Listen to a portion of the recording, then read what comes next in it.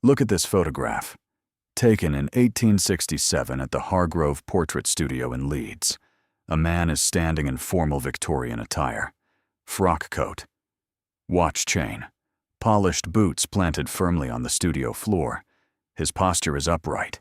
His hands rest naturally at his sides, but above the collar of his shirt, there is nothing. The man who stood without a head in his portrait. No blur, no smear of motion, no dark cloth draped to obscure. The collar simply ends, and above it, the studio backdrop continues uninterrupted. The wallpaper pattern behind him is seamless across the space where a human head should be. This is not a double exposure. This is not a cropped image. The original plate survives. And the original plate shows exactly what you are seeing now. His name was Albert Whitton, and this is Forbidden Archive Tales. Let us begin with what the photograph shows us objectively.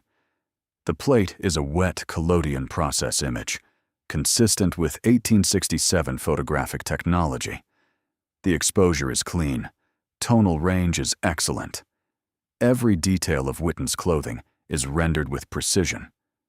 The weave of his coat fabric is visible. The individual links of his watch chain catch light. His left thumb shows a small scar across the knuckle. The studio floor, the carved wooden baseboard, the patterned backdrop, all rendered in sharp, undistorted detail. And then there is the absence. Above the line of his starched white collar, approximately 4 inches above the top button, the image simply contains background. The floral motif of the studio wallpaper is continuous. There is no interruption, no outline, no shadow, no silhouette. A man is standing in this photograph without a head, and the photograph does not seem to notice. Pass 2. The documentation. The Hargrove studio kept meticulous session logs. The entry for March 14, 1867 reads as follows. Quote, "Appointment at 2:15 post meridium. Mr. Albert Whitton of 12 Croft Lane. Single portrait, standing pose, standard backdrop arrangement.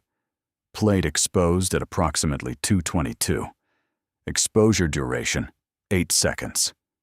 Sitter remained still throughout. No irregularities noted during session." End quote. No irregularities noted during session. The photographer, James Hargrove, processed the plate that same evening.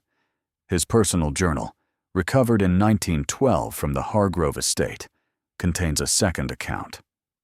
Quote, "Developed the Whitton plate after supper. The image is technically without fault. Focus is precise. Chemistry performed well, but the sitter appears to have no head. I do not understand this. I was standing 4 feet from the man. He had a head. I spoke with him. He spoke back to me.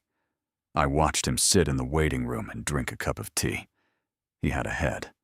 The plate says otherwise. I have examined it under magnification. There is no defect in the collodion. No bubble, no scratch, no contamination. The glass is perfect. The image is perfect. And the man has no head." End quote. Hargrove did not publish the photograph. He stored the plate separately from his commercial work, wrapped in black cloth in a wooden case he labeled simply, "The Whitton Anomaly." A sworn affidavit was later prepared in 1871 when Whitton attempted to use the portrait as identification for a bank matter. The bank clerk refused to accept it. A magistrate was consulted.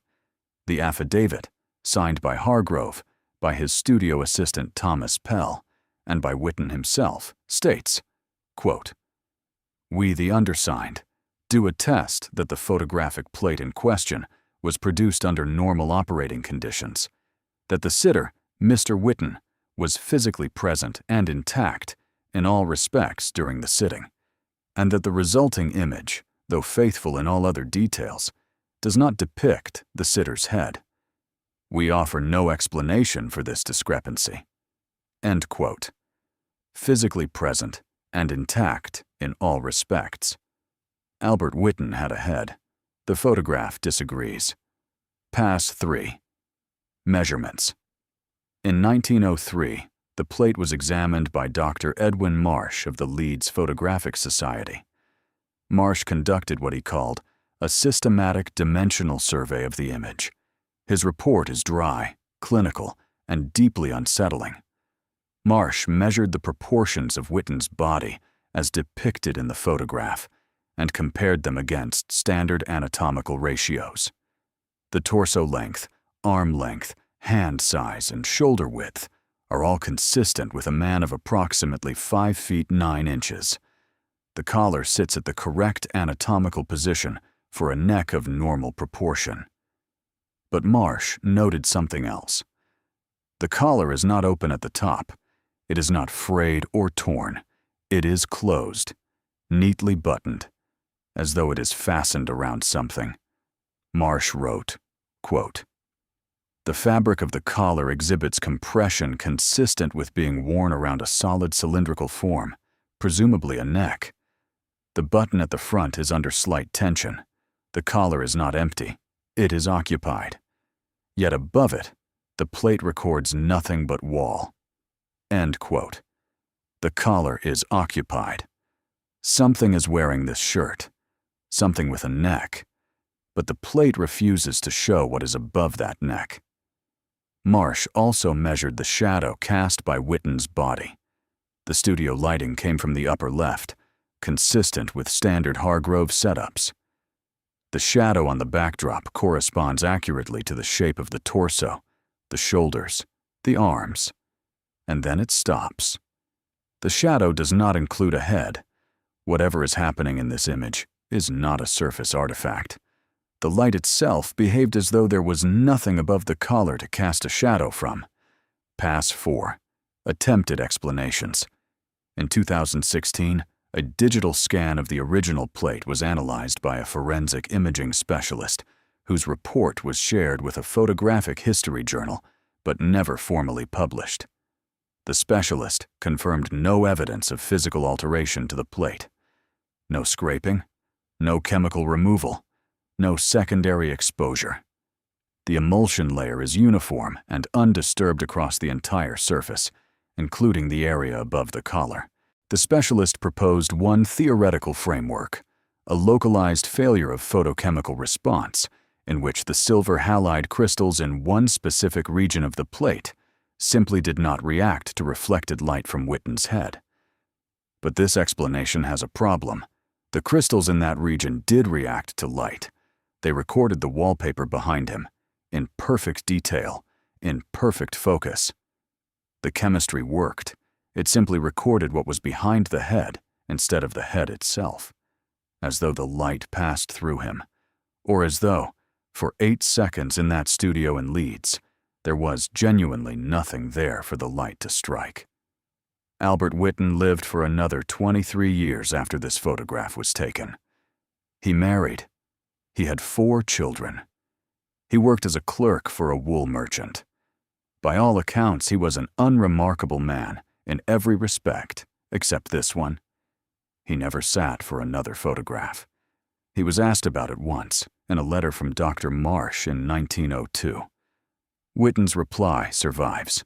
It is one sentence. Quote, "I have always been here." End quote. Look at the photograph again. Look at the collar. The way it buttons neatly around something that is there.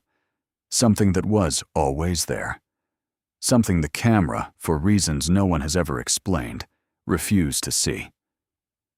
The Whitton plate is held in a private collection in West Yorkshire. It has been examined 11 times in the last century. No one has ever found evidence of tampering. No one has ever produced a satisfactory explanation. And if you look very carefully at the collar, at the very top edge where the fabric meets the nothing above it, Marsh noted one final detail he buried in a footnote. There is a single strand of dark hair caught in the button. What do you think the camera saw that day in 1867? Or perhaps more accurately, what do you think it refused to see? Tell me in the comments. This has been Forbidden Archive Tales.